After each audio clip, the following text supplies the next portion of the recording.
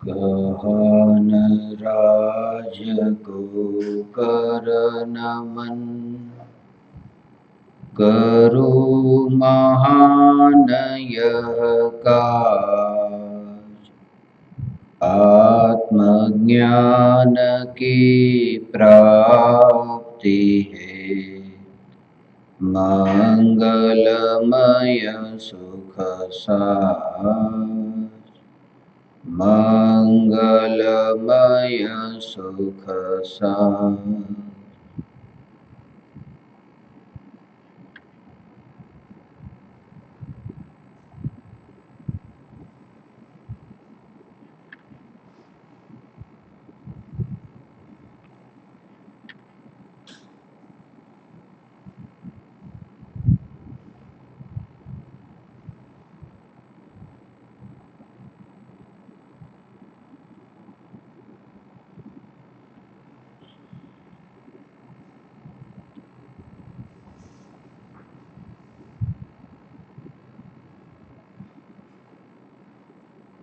चैतन्य स्वभावी भगवान आत्मा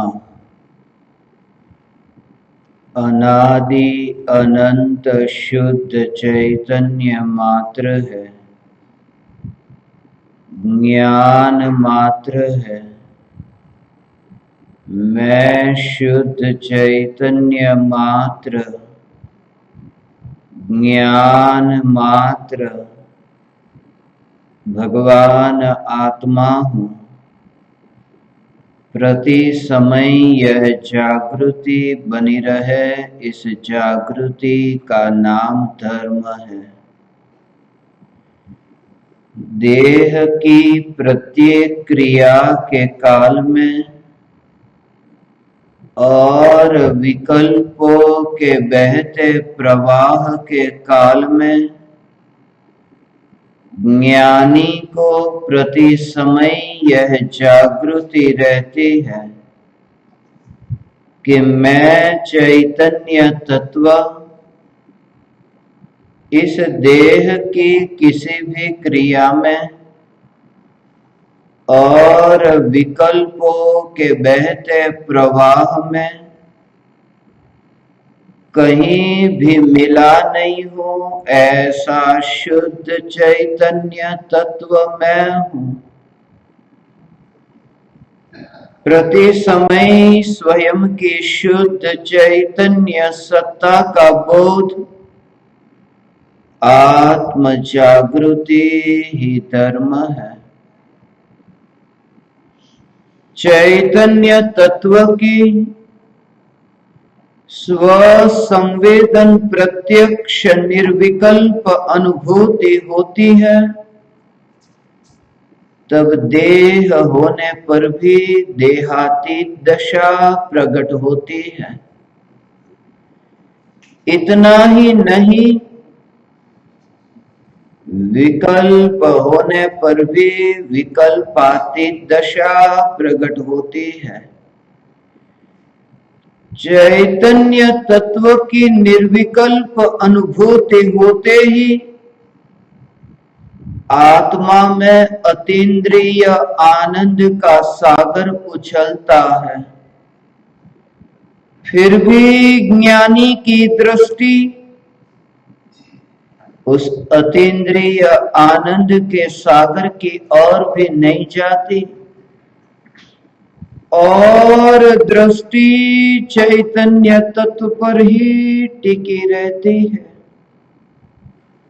यह चैतन्य तत्व ही मैं हूँ। चैतन्य तत्व की निर्विकल्प अनुभूति होते ही ज्ञान दीपक प्रज्वलित होता है। ज्ञान दीपक प्रज्वलित होते ही ऐसी दशा प्रकट होती है कि जैसे जलता हुआ दिया हो। प्रज्वलित दीपक की ज्योति और दीपक की मिट्टी और दीपक का धुआं, जैसे ये जागृति रहती है कि जहां दीपक की ज्योति है वहां दीपक की मिट्टी नहीं है, वहां ज्योति है। और जहां दीपक की ज्योति है वहां दीपक का धुआं भी नहीं है। वह ज्योति मिट्टी से और धुएं से बिल्कुल न्यारी है। आत्मा की अनुभूति होती है तब यह चैतन्य स्वरूप ऐसा अनुभव में आता है कि जिस अनुभूति में, आत्मानुभूति में, देह रूपी मिट्टी भी नहीं है और राग और द्वेष के विकारी भावों का धुआं भी नहीं है। ऐसी शुद्ध चैतन्य तत्व की अनुभूति होने पर ही वास्तविक पर्युषण पर्व को मनाना होता है। पर्युषण का अर्थ ही यह है कि स्वयं के निकट वास करना, अपने निकट रहना। हम हैं अभी यहां मगर अपने निकट नहीं है, स्वयं के निकट नहीं है। सच तो यह है कि हम जहां होते हैं वहां नहीं होते हैं। एक मेरे मित्र के साथ मेरी मुलाकात हुई, कश्मीर में थे। कश्मीर का सौंदर्य देखकर वहां उपस्थित सब लोग खुश हो रहे थे और वो मित्र कह रहे थे कि मैं थोड़े ही दिन पहले स्विट्जरलैंड घूम के आया हूं और क्या मजा आया था स्विट्जरलैंड में, बहुत आनंद लिया। और मैंने उनसे कहा आप स्विट्जरलैंड नहीं गए, आप झूठ बोल रहे हैं, आप स्विट्जरलैंड नहीं गए। उन्होंने कहा मैं अपना पासपोर्ट आपको दिखाऊं, मैं स्विट्जरलैंड गया हूं। जब उन्होंने बहुत जिद की तब मैंने उनसे कहा कि आप स्विट्जरलैंड क्यों नहीं गए, क्योंकि अभी आप कश्मीर में हैं। कश्मीर में है तब विचार स्विट्जरलैंड के चल रहे हैं। मुझे पक्का भरोसा है कि जब आप स्विट्जरलैंड में होंगे तब कहीं और का विचार चल रहा होगा। आप जहां होते हैं वहां नहीं होते, कहीं और ही होते हैं। और स्वयं के निकट आना स्वयं की अनुभूति है और इसे ही उपवास कहा है। पर्युषण पर्व के दौरान हम कहते हैं आज मेरा उपवास है। ये उपवास शब्द का अर्थ ही हमने नहीं समझा।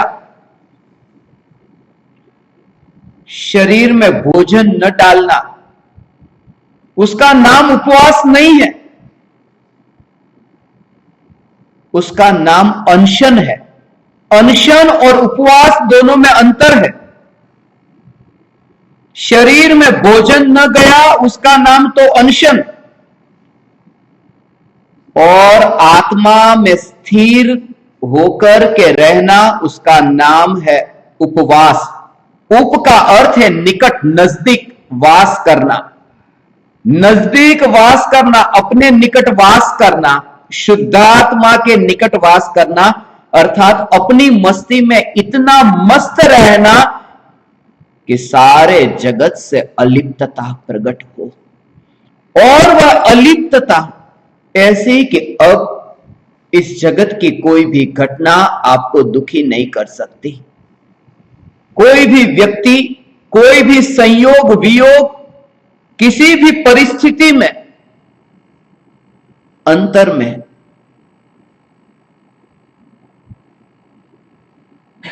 शांत वह जो धारा है वो धारा बनी रहती है, ऐसा कि जैसे वहां कुछ हुआ ही नहीं।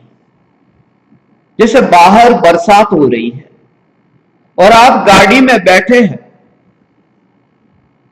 कोई आपसे कहे कि बाहर इतनी तेज बरसात हो रही है, मगर आप कहे कि मुझे कोई फिक्र नहीं, मैं निश्चिंत हूं। इसलिए मैं निश्चिंत हूं क्योंकि मैं जहां हूं वहां तो बरसात नहीं, और जहां बरसात है वहां मैं नहीं। कोई भी परिस्थिति आती है तब ज्ञानी को यह जागृति है कि मैं चैतन्य तत्व में शुद्धात्मा, मैं जहां वास करता हूं वहां कुछ भी नहीं हो रहा। ये जो बाहर की घटना वो वहां कहीं पर भी नहीं। और रागादि विकारी भावों की वैतरणी मेरे चैतन्य के मध्यलोक में कहीं भी नहीं बह रही है। और यह जागृति ज्ञानी को रहती है। ये विचार करते करते ऐसी दशा प्रकट होती है कि शुद्ध चैतन्य तत्व जहां इस देह के साथ जो बंधन है, उस बंधन और इस देह से मुक्ति, उन दोनों से तुम पार हो गए। स्वरूप की अनुभूति। कागज लिपटा हुआ है गुड़ पर। कोई पूछे कि यह गुड़ अभी बंधा है या नहीं, आपने कहा बंधा है, क्योंकि उस गुड़ के ऊपर कागज है। गुड़ कैसा है कि गुड़ बंधा है। और दूसरे व्यक्ति को पूछा कि गुड़ कैसा है, उसने कहा अलग हो गया है, खुला है, क्योंकि धागा उसके ऊपर बांधा था, वो धागा निकाल दिया। एक कहता है बंधा है और एक कहता है खुला है। एक कहता है बंधन में है, दूसरा कहता है मुक्त है। मगर ये गुड़ बंधा हुआ है या मुक्त है? एक तीसरे व्यक्ति को पूछा कि गुड़ कैसा है, बंधा है या मुक्त है? उस तीसरे व्यक्ति ने कहा गुड़ मीठा है, बस और कुछ भी नहीं। वो उसका स्वरूप। और ऐसे ही मैं आत्मा इस शरीर में बंधा भी नहीं और इस शरीर से छूटा भी नहीं। मैं चैतन्य तत्व। जहां चैतन्य तत्व परिपूर्णता है,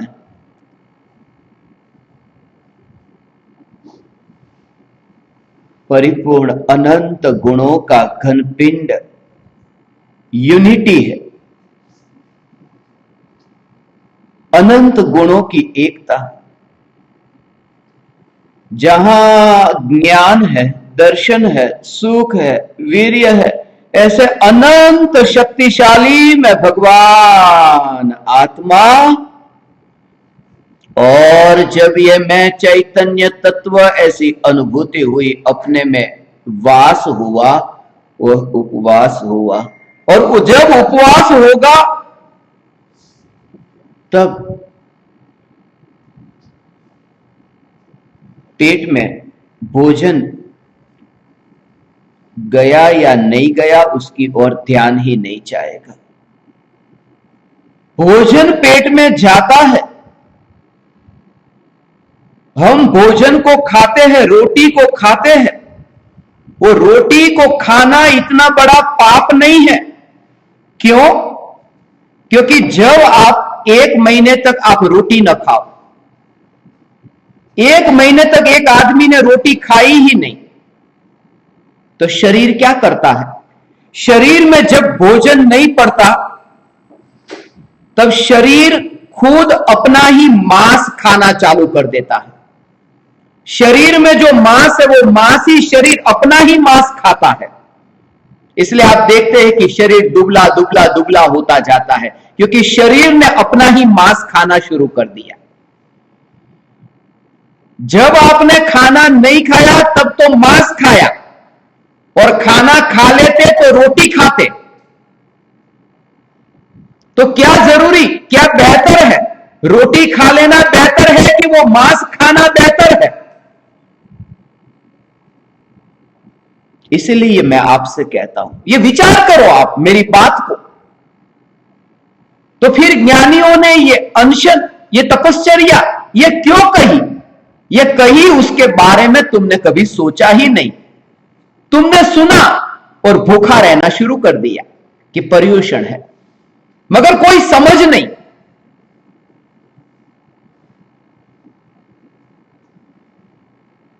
And without understanding about true religion, any rituals will not take to you liberation. कहीं पर भी नहीं पहुंचोगे। उसका असली कारण क्या है वो मैं आपको बताऊं कि पेट में जब भोजन नहीं जाता, जैसे 1 महीने तक खाना नहीं गया, 2 महीने तक खाना नहीं गया, तो मांस खाया, अपना ही मांस खाया, और शरीर 90 किलो वजन था, 70 किलो हो गया, 20 किलो मांस खा गया शरीर, अपना ही मांस खा गया। मगर जब भोजन नहीं करते हैं, जब शरीर मांस खाता है 1 महीने तक, तब वो मांस खाने का भाव नहीं है, वो मांस खाने का भाव नहीं है। मगर 1 महीने तक वो जो रोटी खाते, तो रोटी खाने का भाव तो होता, और खाना फिजिकली जो खाया वो पाप नहीं है, भावों से खाना पाप है। और इसलिए भले वो मांस खाया जाता हो 1 महीने तक, तो भी कोई पाप नहीं लगेगा। मगर 1 महीने तक रोटी खाई, उसका पाप लगेगा, क्योंकि वो भाव से खाई थी, खाने का विकल्प हुआ था ना, विचार आया था ना। और फिजिकल एक्शन है वो पाप नहीं है, विचार होता है जो, विकल्प आता है जो, वो पाप है। और जो विकल्प आता है वो पाप है।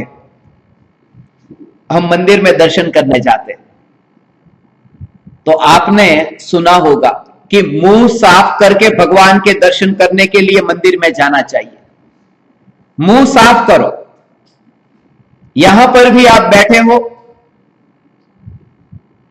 तो मैं कहूंगा मुंह साफ करके आए, खाना यदि खाया हो, हम कोगड़ा बोगड़ा कुल्ला कर लिया, मुंह में कुछ खाते हुए यहां मत बैठो। अब मुंह को साफ करो और फिर मंदिर में जाओ। मुंह को साफ किए बिना मंदिर में नहीं जाते। मगर वो मुंह को साफ कितना भी करो, एक आदमी को मैंने कहा कि यहां सत्संग में तुम बैठते हो, मुंह साफ करके आओ। उसके मुंह में पान था, सुपारी जैसा सब अंदर डाला था। मैंने कहा बाहर निकालो पान को और मुंह साफ करो। उसने बाहर निकाला और मुंह में पानी डाला, पानी बाहर निकाला, मुंह साफ हो गया। अब फिर उसने मुझे कहा देखो मुंह साफ है। मैंने कहा हाँ साफ है। फिर उसने पानी अंदर डाला, एक घूंट पानी मुंह में डाला और फिर बाहर निकाला। उसने कहा पानी कैसा निकला? मैंने कहा गंदा। बोले गंदा पानी कैसे निकला? मुंह गंदा था तभी तो पानी गंदा निकला। 1000 बार भी मुंह को मैं साफ करूंगा और पानी को बाहर निकालूंगा, तो 1001वीं बार भी जब पानी अंदर डालूंगा और बाहर निकालूंगा गंदा ही निकलेगा। तो मुंह तो कभी साफ होता ही नहीं है। कितनी भी बार मुंह में पानी डालो और बाहर निकालो गंदा निकलेगा, माने मुंह तो गंदा है, क्योंकि पानी साफ था, मुंह में गया कि पानी गंदा हो गया। तो जो मुंह गंदा ही रहने वाला है उसको साफ करने की जरूरत क्या है? तो फिर मुझे पान बाहर निकालने को क्यों कहा? बाद में भी मुंह तो गंदा है और पहले भी गंदा है। कि इसलिए क्योंकि जब तुम सुनने के लिए बैठे थे तब मुझे तुम्हारी यहां जरूरत नहीं थी, तुम्हारे अटेंशन की जरूरत थी। और वो अटेंशन तुम्हारा पान की ओर जा रहा है। मुंह को साफ करने का मतलब मुंह को साफ नहीं करना है, अटेंशन जिससे डाइवर्ट होता है ऐसा मुंह कर देना है, माने मुंह में से पान निकाल दिया। ऐसे ही भगवान के दर्शन करने जाते हैं मुंह साफ करके, क्योंकि मुंह में कुछ रहेगा।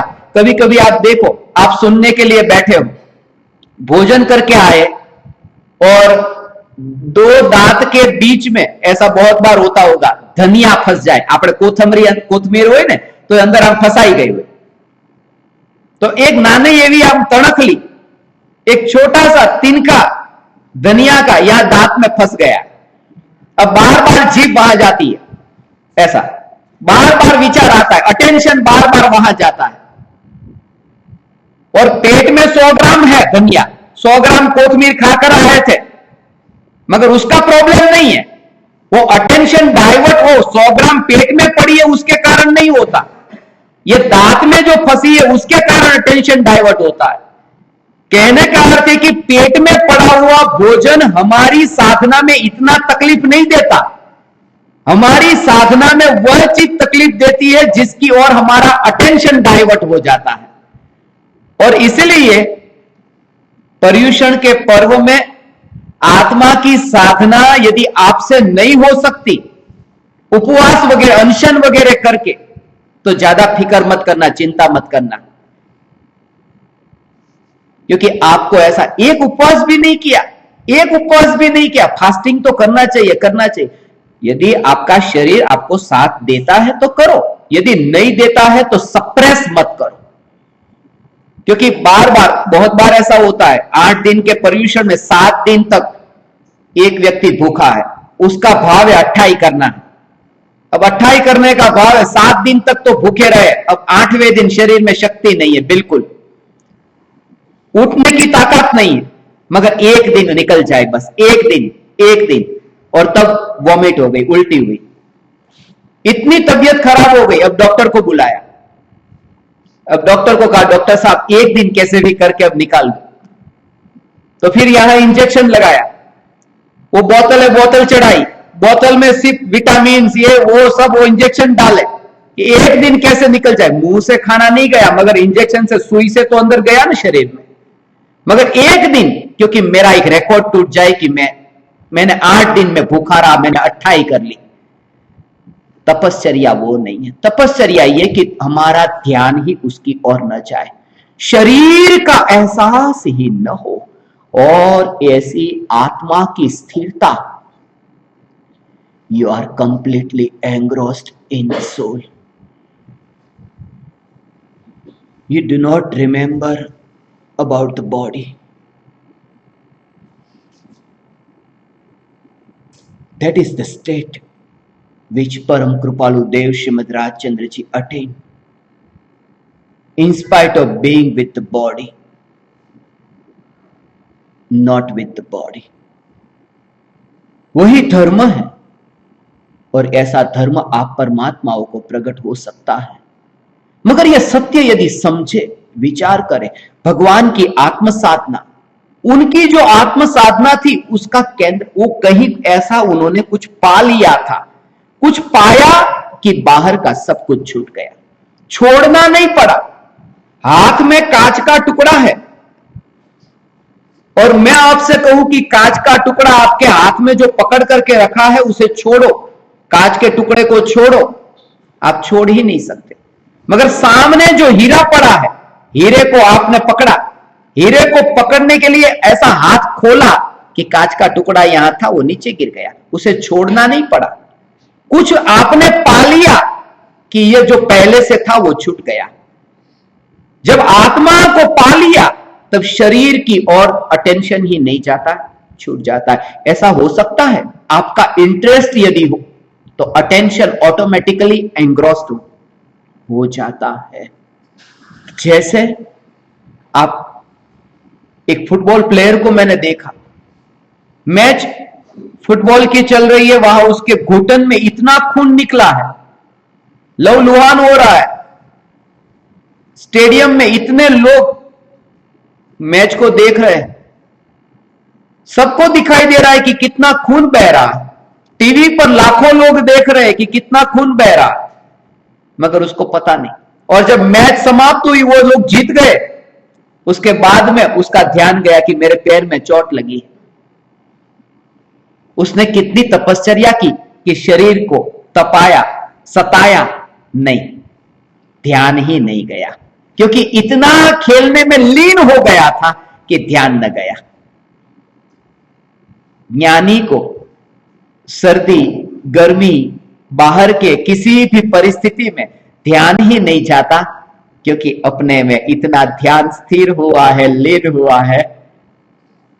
और ऐसी जब दशा प्रकट होती है, उसी का नाम पर्युषण पर्व है। वो पर्युषण का अर्थ ही है कि अपने स्वरूप के निकट रहना, अपने स्वरूप में वास करना, अपने स्वरूप में वास करना। शरीर की क्रिया से, बाहर के रिचुअल्स से, किसी भी फिजिकल रिचुअल से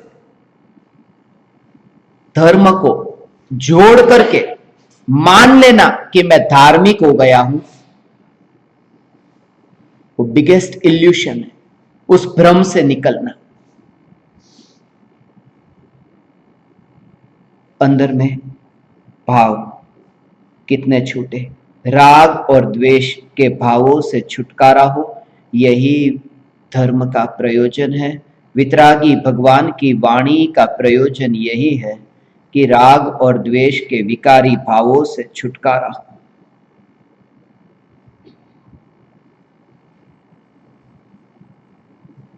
भोजन पूरे दिन भर नहीं करना, उसे हम अनशन कहते हैं। आज आपने उपवास, अनशन नहीं किया, मैं आपकी भाषा में बात करता हूं, उपवास, मगर एकासन किया। एकासन में भी इसका भी जो अर्थ है ना, वो अर्थ बिल्कुल उल्टा समझा है। एकासन का अर्थ हमने समझ लिया, एक टाइम भोजन करना, पूरे दिन भर भोजन नहीं करना माने उपवास। एक टाइम भोजन करना, एक टाइम भोजन करना माने एकासन। एक टाइम भोजन करने का नाम एकासन नहीं है। वो एक टाइम जो भोजन किया ना, वो तो भोजन किया, खाया ना, वो तो पाप किया है। खाने का नाम धर्म कैसे हुआ? वो एक टाइम भोजन किया, वो एकासन नहीं है।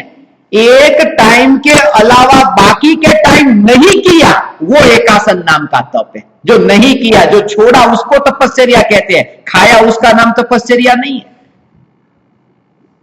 माने आपने दोपहर में 12 बजे 1 बजे जो भोजन कर लिया, मगर शाम को नहीं खाया, सुबह नहीं खाया, वो जो छोड़ा ना, उसका नाम वो तपश्चर्या, कि वो बाहर में वो छोड़ा। वो तो खाया, खाया तो वो तो पाप किया है।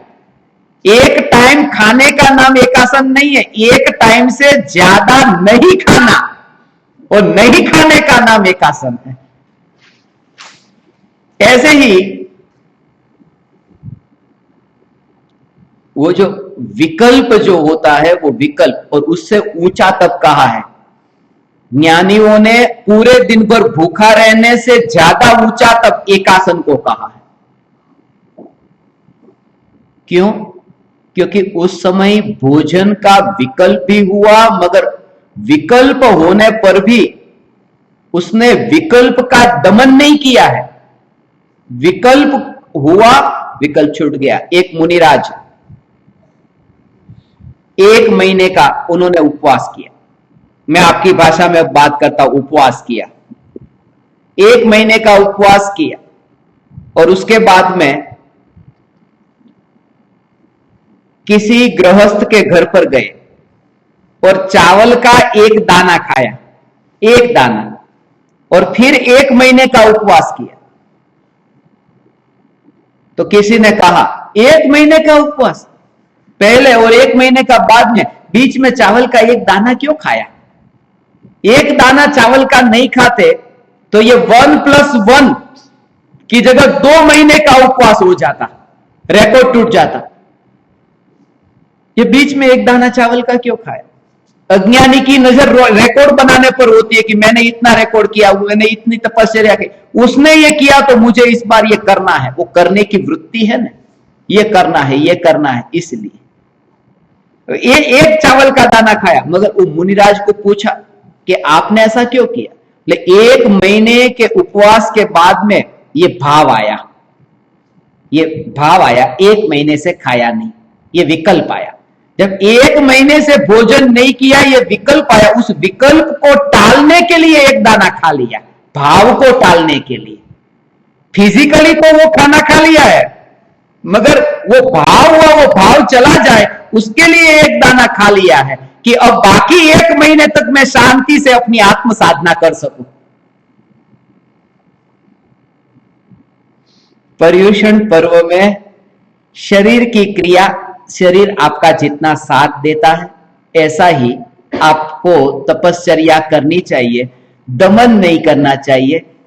संयम, वितरागी भगवान ने संयम कहा है, दमन नहीं कहा है। और संयम है वो अपनी अंतर की समझ से होता है, आत्मा की अनुभूति के बिना, ये जाने बिना, समझे बिना कभी भी तपश्चर्या नहीं होती है। ये अनुभूति हुए बिना तप होता ही नहीं है कि मैं शुद्धात्मा हूं, मैं शुद्धात्मा हूं। अपने स्वरूप में, चैतन्य स्वरूप में ऐसी स्थिरता,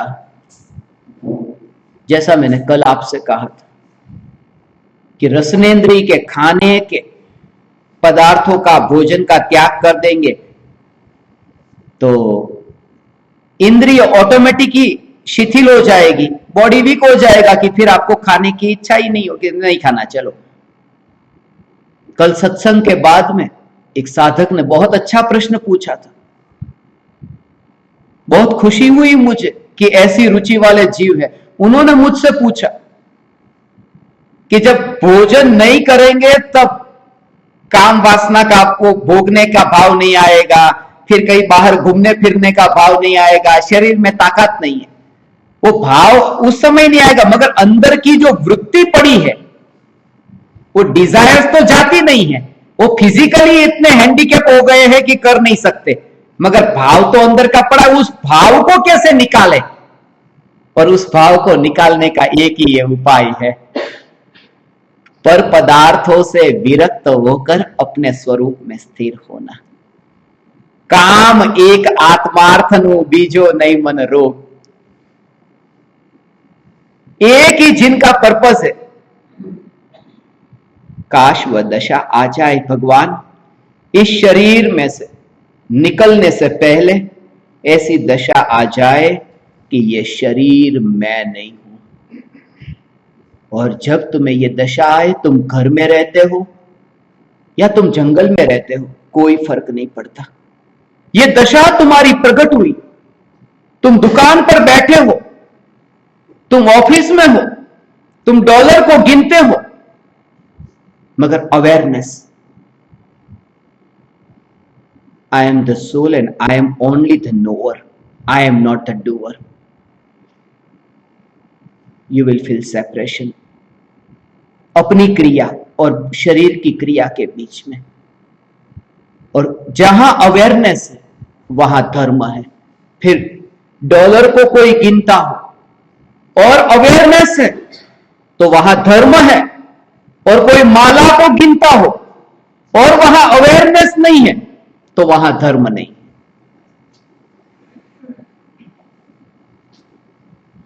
अभी जो पदार्थ हमारे ज्ञान में, जानने में आते हैं, उन पदार्थों में पर से विरक्त होकर, कम से कम यहां पर आप बैठे तब आपका पूरी तरह से ऐसा ध्यान कि एक घंटे के लिए यहां जब आप सुनते हो तब ऐसे कि बस सारे जगत से ऐसे विरक्त होकर के बस ये दशा तुम्हारी प्रकट, तुम्हें पता भी नहीं चलेगा, उस समय तुम्हारा ध्यान भी नहीं जाएगा कि मैं अभी भारत में बैठा हूं या अमेरिका में बैठा हूं। जब रसगुल्ला तुम्हारे पास हाथ में आया और जीभ पर तुमने रसगुल्ला रखा, अरे मीठा है, बहुत मीठा है, तब तुम्हें विचार आता है कि मैं सैन डिएगो में हूं या लॉस एंजलिस में हूं या न्यूयॉर्क में हूं या मुंबई में हूं। रसगुल्ला जब जीभ पर आए, मीठा है, आनंद, फिर कहां पर तुम बैठे हो वो तुम्हें याद ही नहीं रहता, वहां पर तुम्हारा ध्यान ही नहीं जाता, अटेंशन ही नहीं जाता।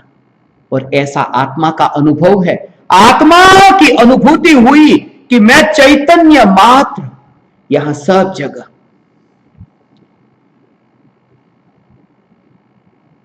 If you touch fire, you will feel hot. If you touch cold water, you will feel cold. So who is it who feels that fire is hot, water is cold? It's not the body, it is the soul. Because after the death, if you burn the body, doesn't feel anything. After death, उसका postmortem करो, कुछ भी feel नहीं, क्योंकि जिसको वो feel हो रहा है वही वही वही आत्मा है। और वह आत्मा का जो ज्ञान यहां सब जगह आपको फील हो रहा है, और यहां पर नहीं, अंदर भी सब जगह। क्योंकि पेट में आपको जलन हो रही है, बहुत मिर्ची खाई है तो पेट में जलन होती है, एसिडिटी है, पेट में जलन हो रही है, तो किसको रियलाइज हो रहा है, कौन फील कर रहा है, वहां भी आत्मा है। सिर में दर्द हो रहा है, किसको वहां फील हो रहा है, आत्मा है। हड्डी टूट गई है, अंदर किसको फील हो रहा है, आत्मा है। पूरे शरीर में सब जगह जो स्प्रेड है वो कौन है, वही ज्ञान स्वभावी भगवान आत्मा है। वही मैं हूं, वही मैं हूं। जब इतना गहराई से विचार चले, तब सारे जगत से सहज ही ध्यान हट जाता है, और तब ये रियलाइज होता है कि इस जगत में मैं कुछ भी नहीं कर रहा हूं, ये सब हो रहा है, सब कुछ हो रहा है। वो कर्तृत्व का बोझ फिर मिट जाएगा। धर्म यह है कि जब आपको ये आत्मा और सारे जगत से जब दूरी का एहसास हुआ, तब फिर मैं कुछ भी नहीं कर रहा हूं, ये मैं बोल नहीं रहा हूं, बोला जा रहा है। मैं सिर्फ आत्मा, जानने वाला, देखने वाला हूं, मैं ये बोलने वाला वह मैं नहीं हूं। शरीर से ऐसी तुम दूरी, क्योंकि मेरी जो चैतन्य सत्ता है वो चैतन्य सत्ता इन एटम्स में कन्वर्ट नहीं हो जाती, पलट नहीं जाती। मेरा एग्जिस्टेंस मेरे कारण रहता है, वो टिक करके रहता है, वो उसमें मर्ज नहीं हो जाता। वो शरीर में ये मेरी चैतन्य सत्ता एक में एक नहीं हो जाती, और इसलिए वो सेपरेशन रियलाइज होता है कि मैं भगवान आत्मा, मैं शुद्धात्मा, मैं शरीर में कहीं पर भी नहीं हूं, मैं शरीर से न्यारा, शरीर से जुदा हूं।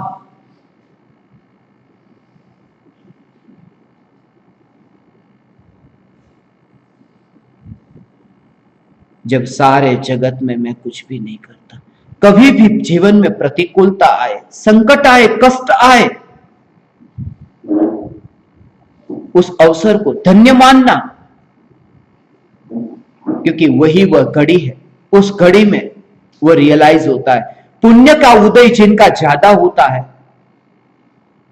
उनको ज्यादा भ्रम होने की संभावना है। संभावना, पुण्य का उदय ज्यादा है, पुण्य बहुत ज्यादा फल दे रहा है, अभी उनको अहंकार ज्यादा आता है। क्यों? क्योंकि नौकर को बुलाया, इधर आ, तो नौकर आ गया। ड्राइवर को बुलाया, चल जल्दी से आ जा, ड्राइवर आ गया। पुण्य का उदय ऐसा है कि सब काम हो जाता है, पुण्य का उदय है। और इसको अंदर में ऐसा मानता है कि देखो मैं कितना सब कर रहा हूं, मेरा ऑर्डर होता है तो सबको मेरी बात माननी पड़ती है। और जिसका पाप का उदय हो उसको देखो, जब पाप का उदय है, किसी को कहा कि तुम ये काम करना, उसने नहीं किया, फिर दूसरे को कहा तुम ये काम करना, उसने भी नहीं किया, तो कोई मानता ही नहीं है। तब रियलाइज होता है कि इस जगत में मेरा कुछ चलता ही नहीं है। तब फिर यह बोध होता है कि मैं कुछ करता ही नहीं हूं, मेरा क्या चलता है, क्योंकि मैं भाव तो भाता हूं मगर बाहर में कुछ होता ही नहीं है। मगर अज्ञानी बोध नहीं लेता, सीख नहीं लेता। जीवन की घटना से, जीवन के अनुभव से बोध लो, बोध लो। एक घटना जिससे यदि बोध हो जाए तो परिवर्तन करने का भाव ही मिट जाए। जगत में परिवर्तन, मेरा कुछ भी नहीं।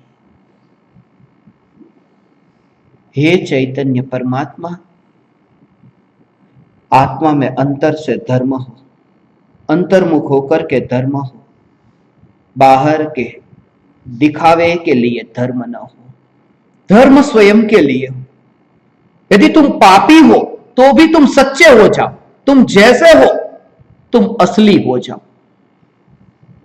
तुम्हें पाप करने का भाव आता है, तुम हो जाओ, तुम स्वीकार कर लो। जैसा तुम्हारा अंतर ऐसा ही बाहर। चक्रवर्ती युद्ध करता है, आत्मज्ञानी चक्रवर्ती युद्ध करने जाते हैं, 96,000 रानियों को भोगते हैं और इतना बड़ा साम्राज्य, मगर फिर भी ज्ञानी हो सकते हैं। क्यों? क्योंकि अंदर और बाहर में ड्युअलिटी नहीं है। जैसा अंतर ऐसा बाहर, ड्युअलिटी मिट जाना, बस उसका नाम धर्म है। यदि अंतर में पाप है तो दुनिया के सामने यह न दिखाए कि मैं बहुत धर्मी हूं। चक्रवर्ती स्वीकार करता है, इसी के बल पर वह सम्यक दृष्टि है, स्वीकार है कि अभी मेरी स्थिति ऐसी है। और जब आपका अंतर और बाहर एक होगा तब आपको तरह तरह के प्लानिंग नहीं करने पड़ेंगे, विचार नहीं करने पड़ेंगे। झूठे व्यक्ति को ही प्लानिंग करने पड़ते हैं कि किसके साथ मुझे क्या बोलना है और किसके साथ मैं क्या बोला था। यह सब उसे ही याद रखना पड़ता है। सत्य जहां है वहां मैं ऐसा हूं, बस बात खत्म हो गई। तुम जैसा पापी हो तो हो। मुझे एक घटना अभी स्मरण में आई। एक हसन नाम का फकीर हुआ। उस फकीर को किसी ने पूछा कि तुम्हारे गुरु का नाम क्या है? उसने कहा मेरा एक गुरु हो तो नाम बताओ। बहुत गुरु है, किस किस के नाम बताओ। फिर भी कोई एक आध गुरु का नाम बता दो। उसने कहा मेरा एक गुरु है, एक चोर। चोर मेरा गुरु है। बोले कैसे? बोले एक बार ऐसा हुआ कि मैं रात्रि में धर्मशाला में ठहरने के लिए जा रहा था। धर्मशाला का दरवाजा खोला ही नहीं। फिर मैं सोच रहा था अब कहां जाऊं, अब रात हो गई, बहुत देर हो गई। मैं रास्ते से जा रहा था, तभी एक आदमी को देखा जो अपने हाथ में हथियार लेकर के किसी के घर की दीवार को तोड़ता था। तो मैंने उसको देखा और मैंने पूछा अरे भाई क्या कर रहे हो? उसने कहा मैं चोर हूं, मैं चोरी कर रहा हूं।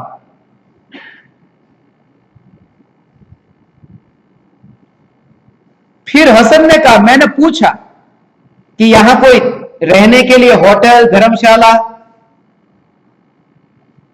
आपकी भाषा में होटल बोल रहा हूं, उस समय तो धर्मशाला ही थी। कि कोई ठहरने के लिए मिलेगा?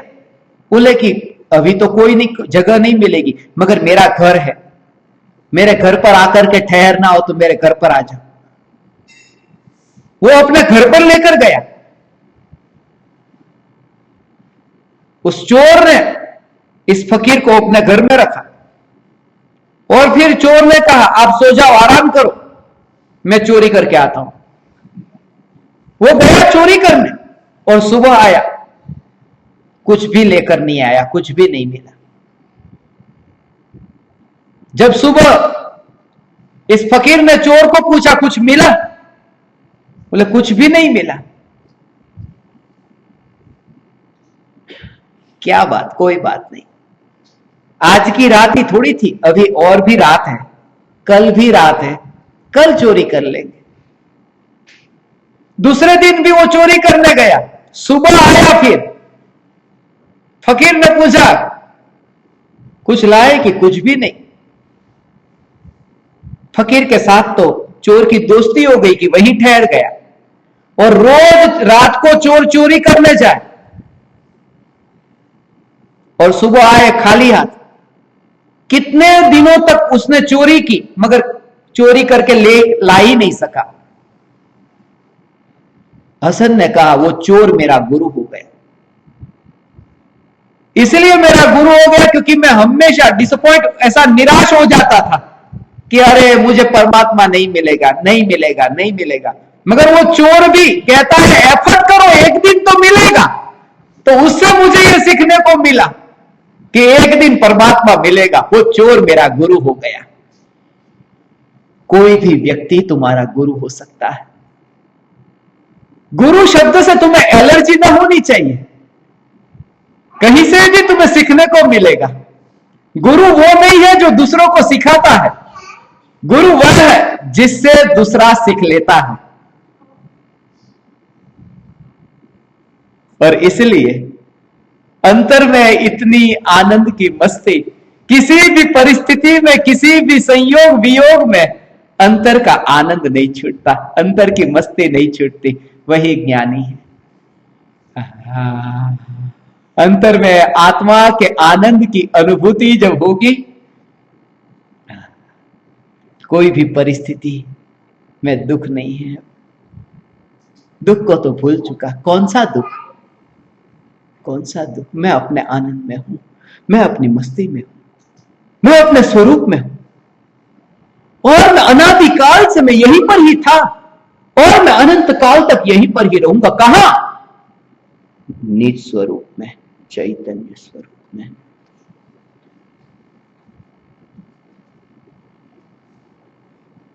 कोई भी परिस्थिति आए, उस परिस्थिति में घबराना मत।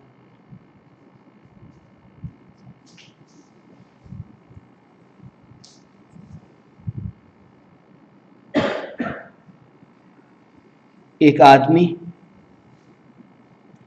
अस्पताल में बीमार था, मेरा परिचित था। एक्सीडेंट हुआ था, और एक्सीडेंट में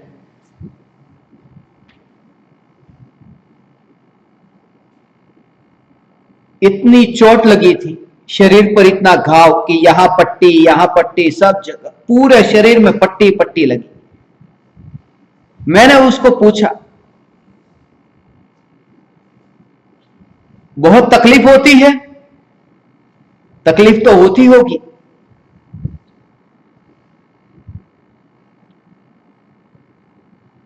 उसने क्या कहा? उसने कहा, वैसे तो कोई तकलीफ नहीं होती, मगर जब हंसता हूं तब तकलीफ होती है, क्योंकि यहां पर भी इतनी पट्टी लगी है, और जब मुंह खुलता है तब तकलीफ होती है थोड़ी, बाकी तकलीफ नहीं होती। यह सुनकर के मुझे ऐसा लगा कि ऐसी स्थिति में भी तुम हंसते हो? हाँ, हंसता हो तभी थोड़ी तकलीफ होती है, नहीं तो नहीं होती। मगर मैं अपना आनंद नहीं खोता, मैं अपने मस्ती में रहता हूं। हे चैतन्य परमात्मा, ये जागृति यदि तुम्हें रहे तो तुम आनंद में रह सकते हो। कीप डिस्टेंस, किसी भी पराये के साथ तुम डिस्टेंस रखो।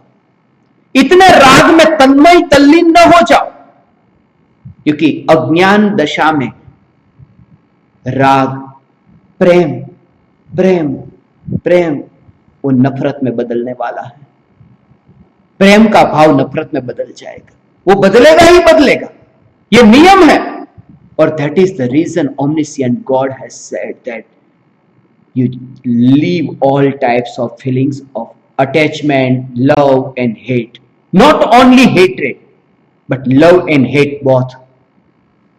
In other religion, they have said just renounce feelings of hatred and love everybody. But omniscient God, who said renounce all types of feelings of love and hate. Because if you will love someone and that person will go away from you, you will be sad. If you will hate someone and that person will come to you, you will be sad. But if you will not love anybody or not hate anybody, and at that moment anybody comes to you or goes from you, doesn't matter. Neutral रहना, और उसी का नाम वितरागता है। वितरागता ही धर्म है, राग धर्म नहीं है। यही भगवान की वाणी में, ये जो भगवान ने बताया, ये विशेषता है कि राग और द्वेष, जब किसी व्यक्ति में आप देखो, आपका कोई मित्र बहुत बहुत बहुत बहुत बहुत पहले आप उनको लव करते हो, बहुत प्रेम करते हो,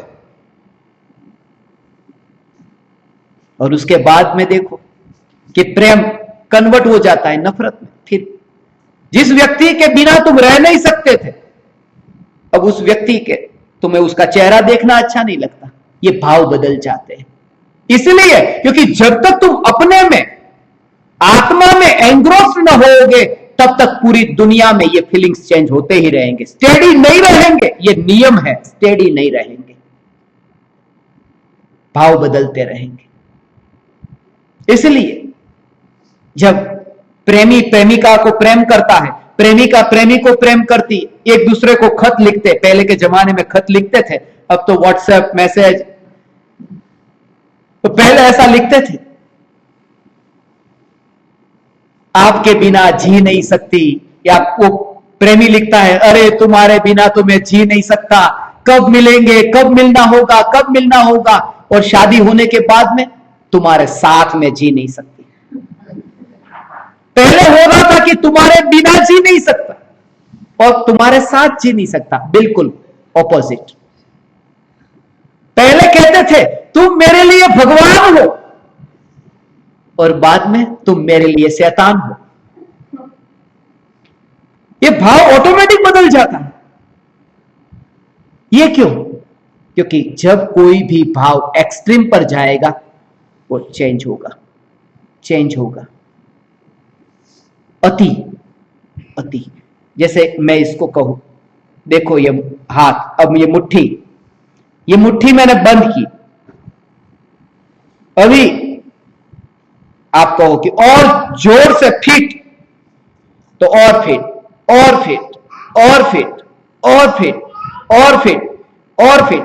अब ज्यादा से ज्यादा आप fit fit fit fit fit करता जाओ, और फिर क्या होगा? एंड क्या होगा? एंड, बस। क्योंकि जितना एक्सट्रीम पर जाएगा कि रिजल्ट आएगा, तब ऑपोजिट आएगा। तो जब आप किसी को राग करोगे, लव करोगे, लव करोगे, लव करोगे, लव करोगे, लव करोगे, और उसके बाद में हेट्रेड का भाव आएगा। और इसीलिए तो भगवान अपने पुत्र पत्नी परिवार रिश्तेदार सभी को उनका प्रेम छोड़ करके भी जंगल में चले गए। उन्होंने प्रेम करके वहां पर उनके साथ में नहीं रहे। ये विशेषता है। पर्युषण पर्व, ये स्वरूप समझे कि जितना हो सके मेरे शुद्धात्मा के अतिरिक्त, ये निज परमात्मा के जो सेल्फ के अतिरिक्त जितना भी है, वो सब अदर्स की कैटेगरी में, एंड कीप डिस्टेंस। क्योंकि साथ में रह करके एक अपेक्षा, एक्सपेक्टेशन का भाव उत्पन्न होता है। फिर ऐसा ही लगता है कि ठीक है, ये मेरा अधिकार है, ये तो अपना ही है, ये तो अपना ही है, एक अधिकार होता है।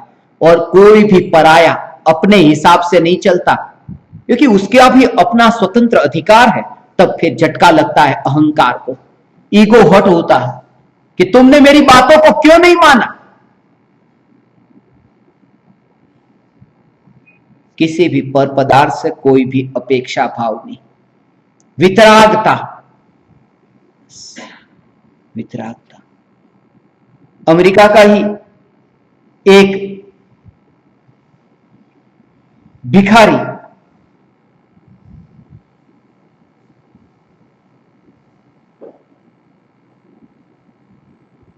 पहले तो मुझे पता नहीं था, मुझे ऐसा था कि भारत में ही भिखारी है, मगर अमेरिका में भी है। यहां पर देखता हूं तो अमेरिका का एक भिखारी किसी के बंगले के बाहर भीख मांगता है, और उसका नियम है कि जिसका वो विला है, उसका मालिक उसके पास से ही भीख मांगने का, और किसी से नहीं। और वो मालिक जो है, वो विला में से बाहर निकलता है तो वहां पर जो भिखारी बैठा है, भिखारी को $1 देता है, $1 देता है, फिर जाता है। सुबह जब निकलता है $1 देकर जाता है। फिर वो मालिक को एक बार विचार आया कि रोज $1 तो मैं देता ही हूं, तो एक काम करूं, भिखारी को कह दूं तू अब यहां बैठना बंद कर दे, हर महीने की 1 तारीख को मेरी ऑफिस में आकर के $30 ले जाना, रोज रोज यहां पर तुझे बैठना और मुझे भी फिर वो याद रखना, इससे अच्छा हर महीने की 1 तारीख को $30 लेके जाना। और एक दिन ऐसा हुआ कि वो भिखारी $30 लेने गया, कितने ही महीने तक गया था, और एक दिन जब 1 तारीख आई कि मैनेजर ने मना कर दिया कि इस महीने तुम्हें $30 नहीं मिलेंगे, तो भिखारी को गुस्सा आ गया। बोले क्यों? तो मैनेजर ने कहा कि सेठ की लड़की की शादी है इसलिए नहीं मिलेंगे, इस महीने सेठ की लड़की की शादी है। भिखारी क्या बोलता है, सेठ मेरे $30 से लड़की की शादी कराएगा, मेरे $30।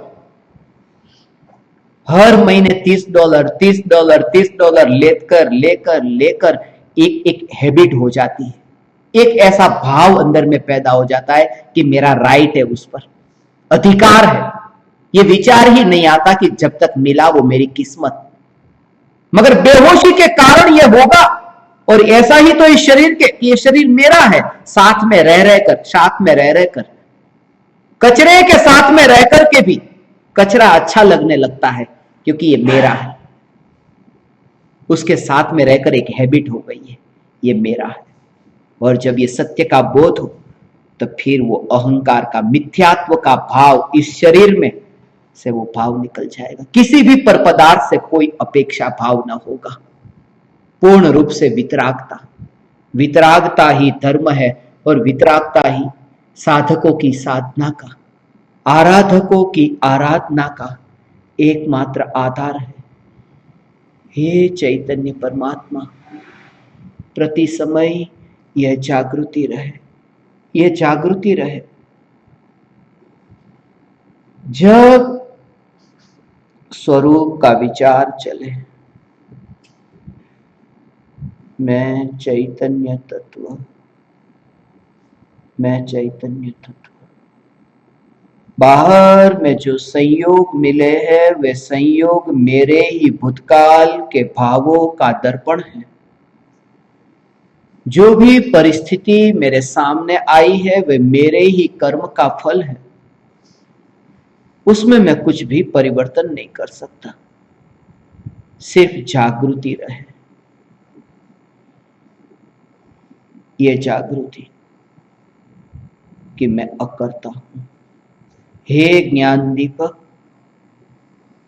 अंतर की चैतन्य ज्योति की जागृति प्रति समय बनी रहे, प्रति समय पर पदार्थों से विरक्ति रहे, किसी भी पर पदार्थ से कोई अपेक्षा भाव न हो,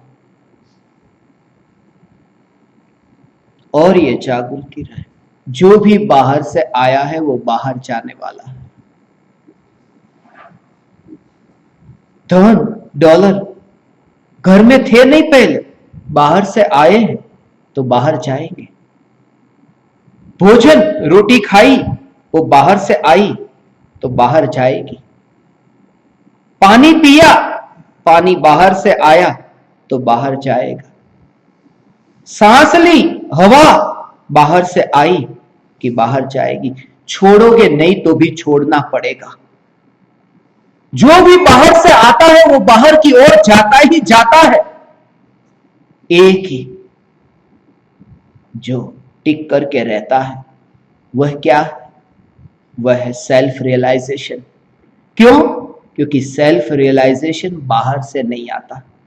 आत्मा की अनुभूति किसी बाहर से नहीं आती। आप धर्म कर ही नहीं सकोगे, कोई आपको नहीं करा सकता यदि किसी दूसरे पर आधारित रहे तो।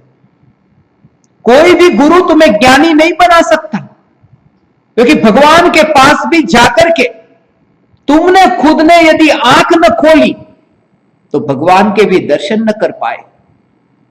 भगवान की वाणी को सुनते वक्त भी यहां पर कान बंद रखे, भगवान भी नहीं सुना सकते। जब तुम इतने दुख से भर जाओ तभी धर्म की शुरुआत होगी।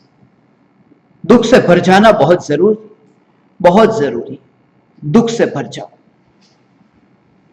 वरना धर्म की तुम्हें रुचि ही नहीं होगी। तुम्हें लगेगा सब जीवन ठीक चल रहा है, ठीक चल रहा है, ठीक चल रहा है, ठीक चल रहा है, उसमें ही मर जाओगे। डॉलर पर बैठे बैठे ही मृत्यु हो जाएगी। मगर जब तुम्हें यह रियलाइज हो कि कुछ भी नहीं मिला, कुछ भी नहीं मिला, कुछ भी प्राप्त नहीं हुआ, जब तुम्हें ये अनुभूति हो, जब तुम्हें ये अंदर में दृढ़ता प्रकट हो कि कुछ भी प्राप्त नहीं, तब तुम्हारा ध्यान ऑटोमेटिकली अंतर की ओर जाएगा। हे चैतन्य परमात्मा, प्रति समय ये जागृति है। जितना भी बाहर में मैं धन संपत्ति इकट्ठी कर लूं, मृत्यु को साथ में रखूं, मृत्यु को साथ में रख करके ही धर्म की यात्रा हो सकती है। मैं सभी साधकों से कहता हूं, मैं जहां जहां जाता हूं वहां सबसे यही कहता हूं, पहले मृत्यु, क्योंकि मृत्यु का तुम्हें बोध न होगा तो धर्म की शुरुआत न होगी। अभी आंख बंद हुई, रात को मैं लेटा, कभी तुम्हें ऐसा लगा जब मैं लेटता हूं, हाथ में चादर ली थी, चादर लेकर के ऐसे लेटे, ऐसा ही लगे कि ये जैसे कफन ओढ़ लिया, ये खुद की ये अर्थी को ऐसे ही ओढ़ा दिया ये शरीर। अब पता नहीं आंख खुलेगी मैं कहां हूं। ये जागृति के साथ में रात को सो, फिर तुम किसी के प्रति नफरत करूं, इसका मैं बैर लूं, इसको मैं बुरा करूं, इसको मैं मारूं, इसको मैं तोड़ूं, ये भाव नहीं आएगा। फिर क्यों करूं मैं ये भाव, क्यों बढ़ाऊं मैं अपना संसार का परिभ्रमण। तुरंत ही डिस्कनेक्ट हो जाए, किसी भी पर पदार्थ में बचे ऐसे निमित्त से, असद निमित्तों से बचे, सद निमित्त की खोज करें। पर्यूषण के दिनों में यहां आने का यह प्रयोजन है, क्योंकि हम जहां रहते हैं वहां पर, यहां यदि गटर बहती हो तो गटर की बदबू आएगी, हम उससे दूर रहते हैं।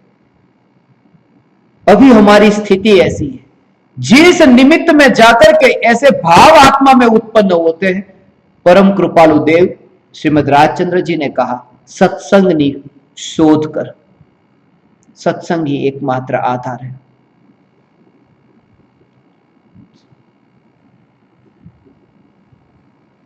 ऐसा जीवन जिए, फिर तुम्हें चैतन्य चैतन्य चैतन्य चैतन्य याद नहीं करना पड़ता। तुम उस स्थिति में पहुंच जाते हो कि जहां पर पहुंचे कि तुम उसे भूल ही नहीं सकते। तुम उस स्थिति में पहुंच गए, अब भूला ही नहीं जा रहा है, आत्मा का स्वरूप भूला ही नहीं जा रहा। उसके साथ में पर्यूषण महापर्व में वितराग परिणति, क्रोध मान माया लोभ के भावों से छुटकारा।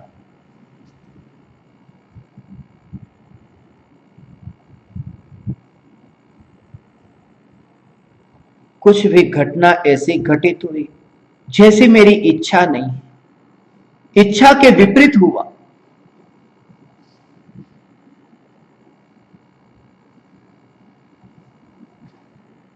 स्पेस नहीं मिलना चाहिए। यदि स्पेस मिल गया तो फिर अधर्म अधर्म अधर्म होता रहेगा। जैसे पंखा घूमता है, पंखा बंद हो,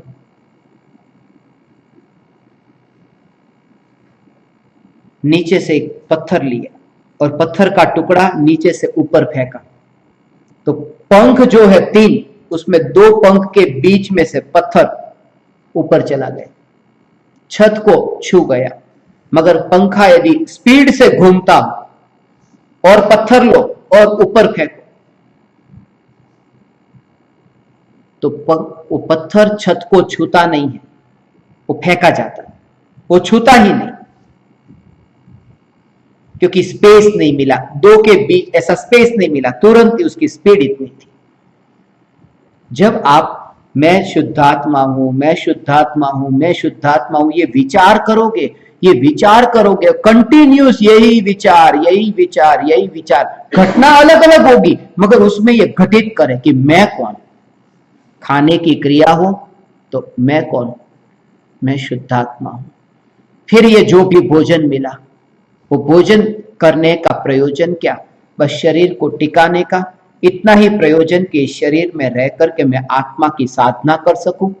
यही प्रयोजन है इस शरीर को टिकाना, बस इस शरीर में रहने का यही प्रयोजन है। आनंद लेने के लिए नहीं, भोग को भोगने के लिए नहीं, क्योंकि वह समझता है कि न मिलेगा। मिठाई में से आनंद नहीं मिलेगा। मिठाई खाई, पहला रसगुल्ला खाया, आनंद यदि मिल गया होता तो फिर नमकीन क्यों खाते हैं? આપણે મીઠું મીઠું મીઠું મીઠું ખાધા પછી તીખું ખાવું પડે છે। એ મીઠું ખાધા પછી તીખું એટલે ખાવું પડે છે કારણ કે મીઠા ખાધાથી મીઠું ખાઈ લીધું એટલે જો આનંદ મળી ગયો હોય તો પછી બીજું ખાવાની જરૂરત ન પડે। वो मीठा खाने के बाद में नमकीन खाने की इच्छा हुई क्योंकि मीठे से आनंद नहीं मिला, इसलिए एक इच्छा हुई कि लाओ अब नमकीन से मिलेगा, तो नमकीन खाया, मगर नमकीन से भी नहीं मिला, तब फिर विचार आया अब मीठा खा लेता हूं, मीठे से मिलेगा। फिर मीठा खाया, फिर भी नहीं मिला, कि फिर लाओ नमकीन खाता हूं, आनंद मिलेगा। उतने में ही पेट भर गया। फिर विचार आया कि अरे आनंद तो नहीं मिला, एक काम करता हूं, बेड पर जाकर लेट जाता हूं, आनंद मिलेगा। लेट गया, मगर आनंद नहीं मिला कि खड़ा हुआ, कि अब उठता हूं, चलो अब घूमने के लिए जाता हूं, तो घूमने के लिए गया कि आनंद मिलेगा।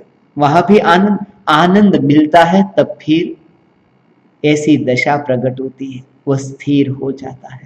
सिद्ध भगवान, मोक्ष में जो भगवान है वो यहां पर आते नहीं, वो हिलते डोलते नहीं, एक बार मोक्ष हुआ कि वहीं पर स्थिर हो गए, क्योंकि आनंद प्रकट होने के बाद में अब हिलना डोलना क्यों? हिलना डोलना तो आनंद के लिए, यहां से मिलेगा, यहां से मिलेगा, यहां से मिलेगा। जब मिल गया तो फिर भटकना नहीं होता, वो स्थिर हो जाता है, वो स्थिर हो जाता है। भोजन करते समय भी ये जागृति, ये भोजन क्यों हो रहा है? जितना भी मिला है, जो भी मिला है। अफ्रीका के, मैं सभी को अफ्रीका का ये खास दृष्टांत देता हूं। कोंगो में, दुनिया का सबसे गरीब देश कोंगो, जहां पर आत्मसिद्धि शास्त्र की स्थापना के लिए मैं गया था। आज भी वहां पर हमारे जैसे कपड़े वहां नहीं पहनते, पेड़ के पत्ते के कपड़े और ऐसे कपड़े पहने हुए, और एक परिवार में 5 बच्चे हो तो 5 बच्चे खाना नहीं खा सकते, यही नहीं खाना, एक ही बच्चा खाता है और 4 बच्चे भूखे रहते हैं वेटिंग में। और 4 दिन के बाद में उन बच्चों को, फिर एक बच्चा मुझे बोला, मुझे तो आज भोजन मिल गया, अब तो 4 दिन के बाद में मिलेगा। एक ने कहा मुझे 2 दिन की देरी है, एक ने कहा मुझे 1 दिन बाकी है। ऐसे सब बच्चों के नंबर रखे। वहां पर वो बिस्कुट को बांट रहे थे, तो एक बिस्कुट का वो 4 टुकड़ा किया और 4 बच्चे ने ऐसा खाया। अब जहां पर खाने को उनको ऐसा मिला नहीं।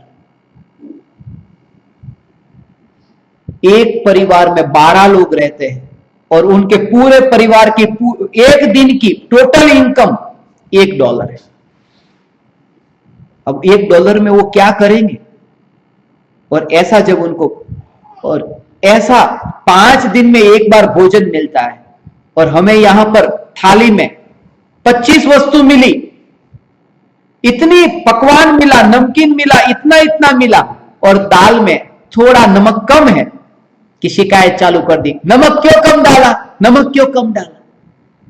कोंगो में पैदा होगे, ये वही कर्म का फल है। भूतकाल में ऐसे कोई कर्म बांधे होंगे ना, और वो कम ही तो डाला है, ज्यादा तुम्हें इच्छा है तो नमक डाल दो ऊपर से, ज्यादा तो नहीं डाला ना। मगर ऐसा क्या होता है कि जब किसी को दुखी होना होता है ना, तब दुखी होना हो तब उसका ध्यान भोजन में, थाली में 25 वस्तु हो और 24 वस्तु अच्छी बनी हो, और एक वस्तु दाल में नमक नहीं है, तो यदि 12 बजे किसी आदमी को दुखी होना लिखा है तो उसका अटेंशन दाल पर जाएगा, 24 पर नहीं जाएगा। ये ऐसा ही होता है, ध्यान वहां जाएगा ही नहीं। वहां बाहर रोल्स रॉय पड़ी है, मर्सिडीज पड़ी है, मगर ध्यान नहीं जाएगा। वो दाल में नमक क्यों नहीं है? क्योंकि दुखी होना है, और दुखी जिसको होना है उसको कोई सुखी कर नहीं सकता। सुखी कोई कर नहीं सकता, सुखी को खुद ही हुआ जा सकता है, और ऐसा कि स्वरूप का आश्रय लेकर के ही सुखी हो सकते हैं। आप समस्त परमात्माओं ने पर्युषण के इस पावन दिन पर मुझे सत्संग करने का अवसर दिया। आप परमात्माओं के निमित्त से मेरा इतना समय सत्संग में रहा। चैतन्य चैतन्य चैतन्य शुद्धात्मा के अतिरिक्त कुछ भी अब नजर के सामने न हो। दिन रात शुद्धात्मा का ही विचार चिंतन हो, और इस विचार के फल में आत्मा की अनुभूति हो। आप समस्त परमात्माओं को मेरे हृदय के अंतःकरण से प्रणाम करता हूं। मेरे प्रणाम स्वीकार करें।